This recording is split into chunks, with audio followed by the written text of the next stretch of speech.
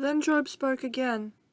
Yes, I know all this is true in principle, but how can a person be declared innocent in God's sight? If someone wanted to take God to court, would it be possible to answer him even once in 1,000 times? For God is so wise and so mighty, who has ever challenged him successfully? Without warning he moves the mountains, overturning them in his anger. He shakes the earth from its place, and its foundations tremble. If he commands it, the sun won't rise, and the stars won't shine. He alone has spread out the heavens and marches on the waves of the sea. He made all the stars, the Bear and Orion, the Pleiades and the constellations of the southern sky. He does great things too marvelous to understand. He performs countless miracles. Yet when he comes near, I cannot see him. When he moves by, I do not see him go. If he snatches someone in death, who can stop him?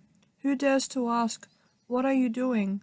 And God does not restrain his anger. Even the monsters of the sea are crushed beneath his feet. So who am I that I should try to answer God, or even reason with him? Even if I were right, I would have no defense. I could only plead for mercy, and even if I summoned him and he responded, I'm not sure he would listen to me. For he attacks me with a storm and repeatedly wounds me without cause.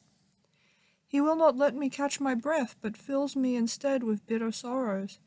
If it's a question of strength, he's the strong one. If it's a matter of justice, who dares to summon him to court? Though I am innocent, my own mouth could pronounce me guilty. Though I am blameless, it would prove me wicked. I am innocent, but it makes no difference to me. I despise my life. Innocent or wicked, it's all the same to God. That's why I say he destroys both the blameless and the wicked. When a plague sweeps through, he laughs at the death of the innocent. The whole earth is in the hands of the wicked, and God binds the eyes of the judges. If he's not the one who does it, who is? My life passes more swiftly than a runner. It flees away without a glimpse of happiness. It disappears like a swift papyrus boat, like an eagle swooping down on its prey. If I decided to forget my complaints, to put away my sad face and be cheerful, I would still dread all the pain, for I know you will not find me innocent, O God. Whatever happens, I will still be found guilty, so what's the use of trying?